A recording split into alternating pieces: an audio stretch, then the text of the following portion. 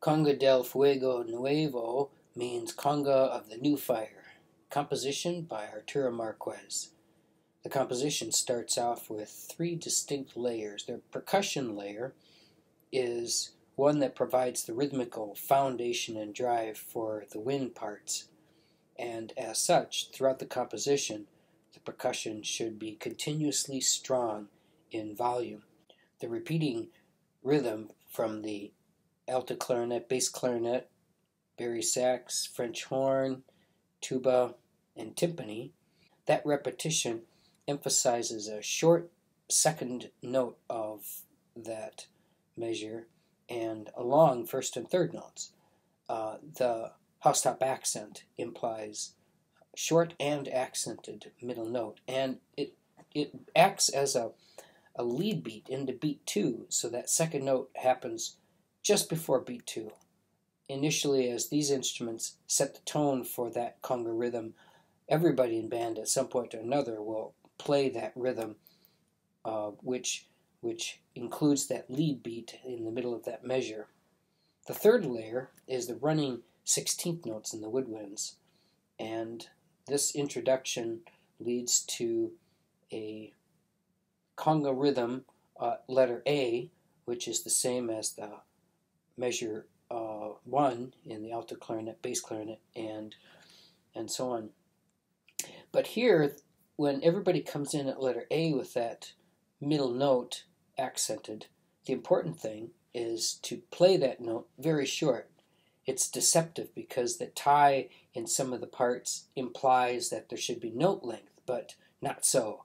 That's a very short note, in some cases with a grace note, but the note itself is very short and just prior to beat 2.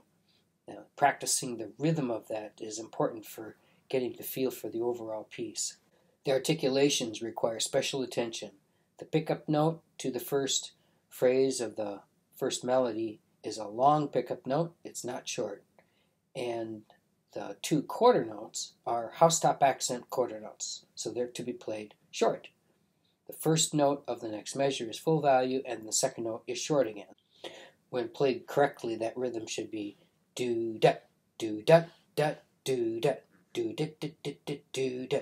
When the woodwinds play the 8th note rhythms, articulations should go do it, do it, do it, do it, do that. So the second 8th note of each of those measures is a staccato release, so that it is more akin to the 2 staccato notes on beat 2. Leading into measure 25, the pickup note should be, in this instance, short, because the notes that follow it are short. So contextually, it's do it, do it, do it, do. At letter B, we're going to interpret the articulations just a little bit different. We're going to carry the slur one more note so that the slur spills into beat 2, it spills into beat 1, so it isn't detached from, but rather leads into beat 2 and beat 1. Do it, do it, do it, do it, do it, do it, do it. The quasi-pizzicato that some of the woodwinds have should be simulated by space after each of these notes. In addition to playing these quarter notes with space, the attack of each of these notes should be slightly louder than the body of the note, so it gives it a slight accent as though simulating pizzicato strings. Do, do, do, do. When the woodwinds play this articulation figure, the maracas complement it by going. We're going to treat the material at letter B as bridge material, and the theme will come back in again at letter C. Meanwhile, the trumpet is going to play the same 8th note phrase that the clarinets had earlier, and here leaning on the first beat is a good way to phrase this. And then on the 16th note passages here by the alto sax and some of the clarinets and the flute, the articulations at first are a little confusing because the 2/16ths are paired with a tie all the way through these measures, implying that it's really an eighth note. But why not simply write an eighth note if an eighth note is implied? My take on this is that there should be a very subtle feeling of 16th notes, but that the overall character of this is as though the instruments were playing eighth notes rather than 16th notes. If some of the members of the clarinet section play regular eighth notes and others play lightly articulated 16th notes, I think that this effect will have its intended purpose. One measure before C. It is very important for all of the ensemble members to be prepared to play that note as a lead beat note that's accented and short. Timing of that is critical, especially if instruments have rests preceding that one note. At letter C, the trumpet initiates the B theme and can phrase it with some dynamic phrasings such as hairpin crescendo decrescendo in the long note, and maybe even a portamento connecting the pickup eighth note into the beat 1 eighth note. Overall, this B theme is relatively easy to play as long as the 16th notes and the syncopation in the woodwind part is played lightly and short. At letter D, the upper woodwinds now play the melody that the trumpet had earlier, and they also can phrase, but perhaps a phrasing, a dynamic phrasing that is simply a growth phrasing. They start off forte, and if they all grow just a little bit, it has a feeling of opening up that phrase that's played by the woodwinds. And going into letter E, it's helpful if the woodwinds lean on beat 1 just a little bit. At letter E, the trumpet once again has the melody. As before, the woodwinds mimic that melody at letter F, and again can apply some dynamic phrasing to their long notes. I think it is helpful if the woodwinds with the melody soften somewhat as they approach letter G. And at letter G, the dynamic is forte as the new theme is introduced, a descending line that's set off with syncopation. And here there's an exchange that takes place between bassoon, tenor sax, euphonium, and then clarinets, oboe, alto sax, and then back to the bassoon, tenor sax, euphonium, joined with flutes. So the section has a rocking quality to it, where it goes back and forth between instrumental groups playing that same two-measure theme. Note that all through this lyrical section, the percussion parts are highly active. All of the two-measure motifs or phrases are descending, except for the last one that the trumpet plays, and that one is ascending.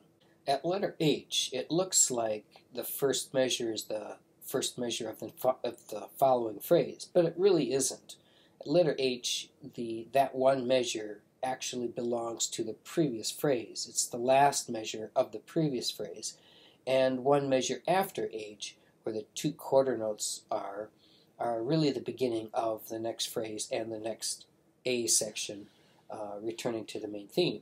So the main theme is do dat dat do dat do da da da da da da do dat. The letter H is simply the last exclamation mark to the previous phrase. The conga rhythm that the low brass and low woodwinds have on the sixth measure after H is different than the opening conga rhythm in that the middle note is not short. It is full value. Do, do, do, do, do, do, do, do, do, do. And it's not the first time that we see it this way. It happens at lots of other times in the composition. But it's important to make note of when that middle note is full value and when it is short. Before a letter I, the woodwinds and the brass, low brass anyway, have the same rhythm, a series of quarter notes that are either ascending or descending. But the difference is that the woodwinds play those notes quasi-pizzicato, whereas the brass play that full value. They both have a crescendo, but the two combined give a sound where the initial attack on beat 1 and beat 2 is slightly louder than the ending of each of these notes, because the woodwinds are going to separate, even though the brass do not. The part just before letter I is a bridge that takes the band to a section that repeats those 16th notes like we heard in the introduction of the song. At letter I, the 16th notes running are set off in between with housetop accent quarter notes. But then after a bit they get into the continuous running 16th notes and maintain that pattern. The interesting thing about this section of the song is that the composer has a surprise with with phrase lengths. The first phrase at letter I is 8 measures long. The second phrase, which begins at letter J with a new key signature, is also 8 measures long. At letter K, another modulation, it begins a phrase which is 8 measures long.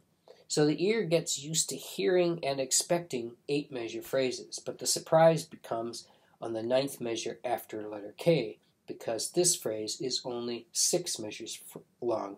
It is cut short, and it is an interrupted phrase. There's also a change of key and a slowdown of tempo to highlight that interrupted phrase, which creates a little bit of suspense as the composition winds down into a more tranquil middle section at measure 168. We interpret the quarter notes just before 168 by the trombones and tubas to be slightly separated.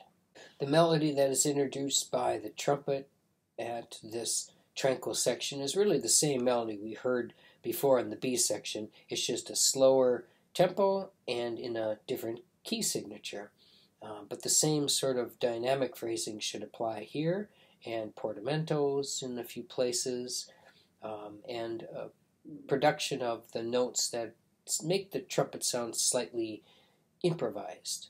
Interestingly, the accompaniment to the trumpet, with the French horns playing staccato 16th notes and the woodwinds playing long note values, the accompaniment is piano or pianissimo. However, the percussion section here, playing with the trumpet, is the same dynamic as the trumpet, mezzo piano. Going into letter M, the trumpet should put a little decrescendo in the last 2 measures, fading out that phrase, at the same time that the low brass and the woodwinds crescendo into letter M. So there's a changing of the guard in terms of foreground and background. And at letter M, the melody now is in the woodwind parts, and the brass are accompaniment to these. As before, the percussion has the same dynamic as the melody, but the accompaniment, in this case played by French horns and trumpets, is 1 notch softer than that at a mezzo piano. The composer introduced this slow section earlier with a phrase that was interrupted. Here, going into letter N, just the opposite happens.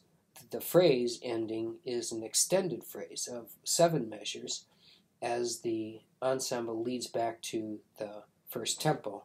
The return of this faster tempo, like the beginning, should emphasize a short second note in each measure. Do-dat, do-do-dat, do-do-dat, do-do-dat.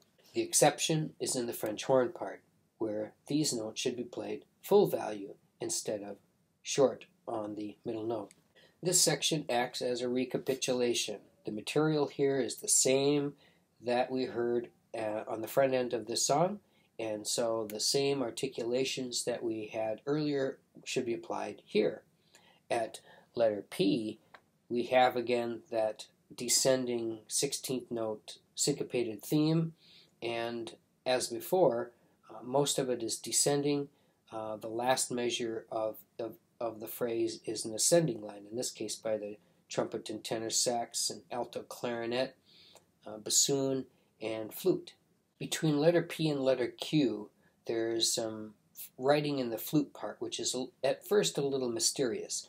The flute part is written as a solo for a couple of measures, and then ensemble for a few measures, and then back to solo, and then full section again. And I think the reason for this is that the purpose of the solo here is to not provide a duet with the trumpet, but rather an alteration of the trumpet sound by very subtly making kind of a silvery sound that will add to the trumpet and French horn fortes. At letter Q, there's once again a return to the A theme at the key signature change. Like before, the real phrase begins one measure after Q rather than at Q itself. Q is actually a measure which belongs to the previous phrase. That's the previous phrase. Then the new phrase is do da da do da do da da da da do da do da da do do. Letter R sees the return of the B theme, just like we had before, and at letter S is the coda. And the coda is simply a repetition of the four-measure conga theme, and each time it comes back in at louder dynamic. We start off piano, and then we go to mezzo piano, and then mezzo forte, and then forte, fortissimo, and then triple F, and then two-measure tag at the end before we play the last note. The important thing here is at letter S, that very second note that's played by the clarinet, bass clarinet, bari sax, and tuba, that second note needs to be short.